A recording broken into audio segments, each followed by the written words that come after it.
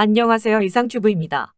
한화디펜스가 제작하는 K9 자주포가 이집트와 폴란드로부터의 신규 수주와 인도와 노르웨이, 핀란드로부터 추가 발주가 확정됨에 따라 900여 대의 수주 물량을 확보했습니다. 한국은 이집트로부터 K9A1EGY 자주포와 탄약 보급 차량 K10 및 사격 통제 차량 K11에 대한 조달 계약을 체결했고, 이 계약에 대한 계약액은 100대 내외에 16.5억 달러 정도로 추정되고 있습니다. 폴란드와도 K9A1과 K9PL을 648대 조달하기로 합의하고 212대 K9A1 조달 계약을 24억 달러에 체결했습니다. 또한 인도도 K9 100대를 추가로 발주 검토 중이며 노르웨이와 핀란드에서도 총 42대의 추가 발주가 확정되어 있어 한화디펜스는 올해에만 900대의 수주를 확보한 셈이며 총 생산량도 2,400대를 돌파할 것으로 보입니다.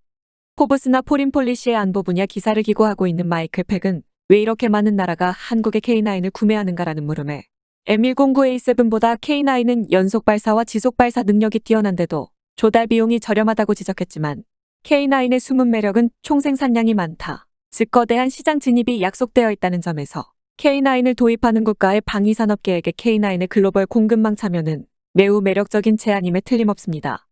예를 들어 영국 육군에 대한 한국의 K9A2 제안에 대해 로키드 마틴 UK와 레오나르도 UK, 피어슨 엔지니어링과 호스트만 디펜스 및 스시 디펜스 등 세계적인 방위산업 기업들이 모두 협력하겠다고 밝힌 것도 K9 글로벌 공급망의 일원으로서 새로운 비즈니스 기회, 즉 업그레이드 작업이나 소모품 공급 등에 참여할 수 있다고 판단했기 때문입니다. 이렇듯 해외에서 자동 장전 장치를 채택한 K9A2 업그레이드에 많은 국가들이 관심을 보이자 한국은 K9에 탑재하는 유탄포를 52구경에서 58구경으로 교체하는 K9A3의 연구 개발이 진행되고 있습니다. 여기에 K9은 미 육군이 개발 중인 로켓 어시스트 포탄인 XM1113과의 호환성도 선보이며 서방 표준 자주포의 지위를 굳혀가고 있습니다. 이러한 K9의 지위는 잠재적 도입국으로 볼 때 긍정적인 요소로 평가되기 때문에 앞으로도 도입국이 늘어날 가능성이 높아 장기적인 투자가 약속된 K9 플랫폼에서의 비즈니스 기회가 작지 않다는 의미로 해석될 수 있습니다. 물론 무기 도입에는 도입국과의 외교관계와 안보정책 등 여러 가지 감안해야 할 문제가 많기 때문에 비즈니스적인 요소로만 도입이 결정되는 것은 아닙니다. 이러한 요소들을 감안하더라도 K9 운용국 수와 잇따른 추가 발주를 보았을 때 해외에서 K9의 성능이나 운용 상황은 완전히 신뢰를 얻었다고 해도 무방할 것입니다. 두 번째 소식은 일본의 차기 전투기 개발에 대한 소식입니다. 일본의 아사히 신문과 니케이 신문은 지난 18일에 일본과 영국, 이탈리아 등 3개국이 연내에 차기 전투기 공동 개발에 정식 합의할 것이라고 보도했으며, 이에 따라 일본의 방위장비 수출에 관한 규제를 완화하고 해외 수출도 추진할 것으로 알려졌습니다. 일본은 로키드 마틴으로부터 기술 지원을 받아 독자적으로 차기 전투기를 개발할 방침이었으나 로키드 마틴의 지원을 받아 개발하게 된다면 블랙박스가 많아져 배치 후 수리와 개보수에 문제가 많다고 판단했습니다. 따라서 기술 지원국을 미국에서 영국으로 변경해 양국의 전투기 개발 계획을 통합하게 되어 공통의 기체를 개발하는 방향으로 최종 조율에 들어갔다고 지난 7월에 보도한 바 있습니다. 아사히 신문과 니케이 신문의 보도 내용을 요약하면 일본 미쓰비시 중공업과 영국 BA, 이탈리아 레오나르도 등 3개사가 기체를 개발하고 일본 IHI와 영국의 롤스로이스, 이탈리아 ABO 등 3개사가 엔진 개발, 일본 미쓰비시 전기와 이탈리아 레오나르도 UK 등 2개사가 센서와 관련된 개발을 맡을 예정입니다.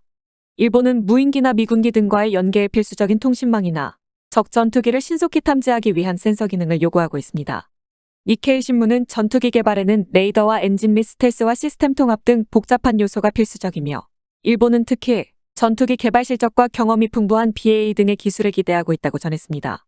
이에 따라 일본 정부는 방위장비 수출에 대한 규제를 완화해 해외 수출을 추진하는 방안을 검토하고 있으며 영국과 이탈리아의 판로를 활용해 생산량을 늘려 원가 절감을 노리고 있다고 보도한 것이 흥미롭습니다.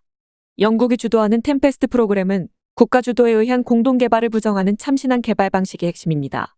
템페스트 프로그램은 기본적으로 영국 국방부와 BAE 시스템스와 롤스로이스, 레오나르도 에스페에와 스웨덴의 사브 및 MBD로 구성된 기업들이 팀 템페스트 개발을 주도하고 있으며, 여기에 봄바르디아와 지에비에이션, 그리고 콜린스 에어로스페이스와 탈레스 같은 기업들도 팀 템페스트에 가세하고 있습니다.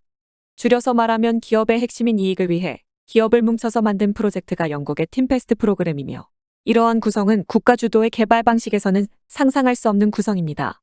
따라서 영국은 참여기업 국적을 영국으로만 제한하지 않고 여러 나라의 기업들을 참여시키고 있습니다. 하지만 일본 언론의 보도를 보면 몇 가지 불분명한 것이 있습니다. 우선 템페스트 프로그램 개발 계획은 거의 정해져 있었기 때문에 여기에 일본과 이탈리아가 참여할 것인지 아니면 일본과 영국, 이탈리아 3개국이 완전히 새로운 개발 계획을 만들 것인지는 아직 명확하지 않습니다.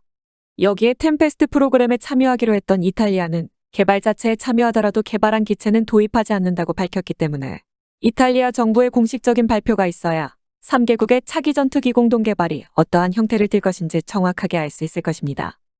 세 번째 소식으로는 영국의 새로운 총리가 영국의 국방비 증액을 백지화하고 있다는 소식입니다.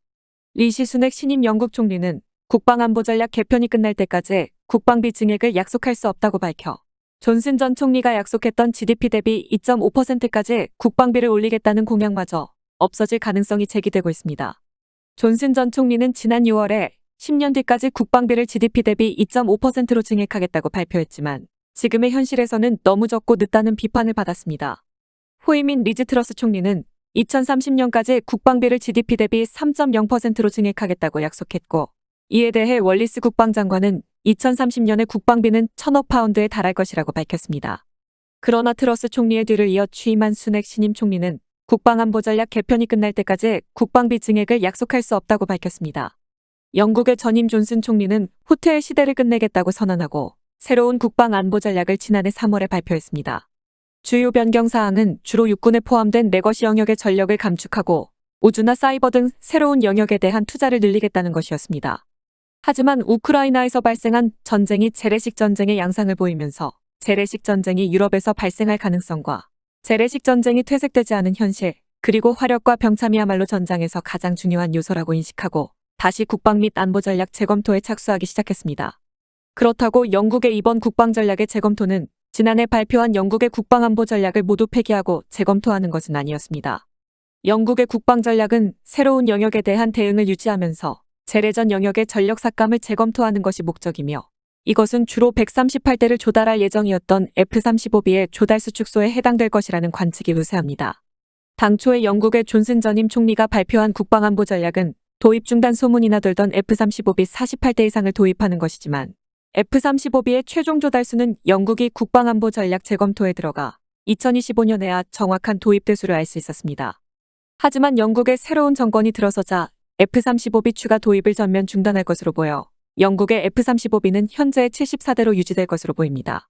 또한 미국의 디펜스 뉴스는 F-35B의 추가 도입 중단으로 발생한 자금은 영국 육군으로 들어갈 가능성이 높다고 예상하고 있으며 영국 해군에 대해서는 큰 변경은 없을 것이라고 영국 국방부 관계자가 말했다고 보도했습니다. 덧붙여서 영국의 스넥 신임 총리는 의료와 교육을 지원하기 위해 국방비를 GDP 대비 2.0%로 동결한 예산안을 영국 의회에 제출했으며 당초 증액될 것으로 전망되던 국방비가 증액되지 않은 것은 에너지 가격 급등으로 영국 GDP가 감소된 것이 원인일 것이라고 전망했습니다. 여기에 영국 정부는 2023년에도 우크라이나의 2022년과 같은 금액인 23억 파운드의 무기 지원을 국방비에서 지출하겠다고 약속했으며 또한 11%에 이르는 인플레이션율도 영국의 국방비를 축소시키는 원인이었습니다. 상황이 계속해서 이렇게 돌아간다면 국방비를 GDP 대비 2.5%까지 올리겠다는 존슨 전 총리의 공약은 없어질 가능성이 큰 것으로 보입니다. 과연 다시 재검토되고 있는 영국의 국방 전략이 무엇인지 궁금해집니다. 이상 마치겠습니다. 시청해주셔서 고맙습니다. 이상튜브였습니다.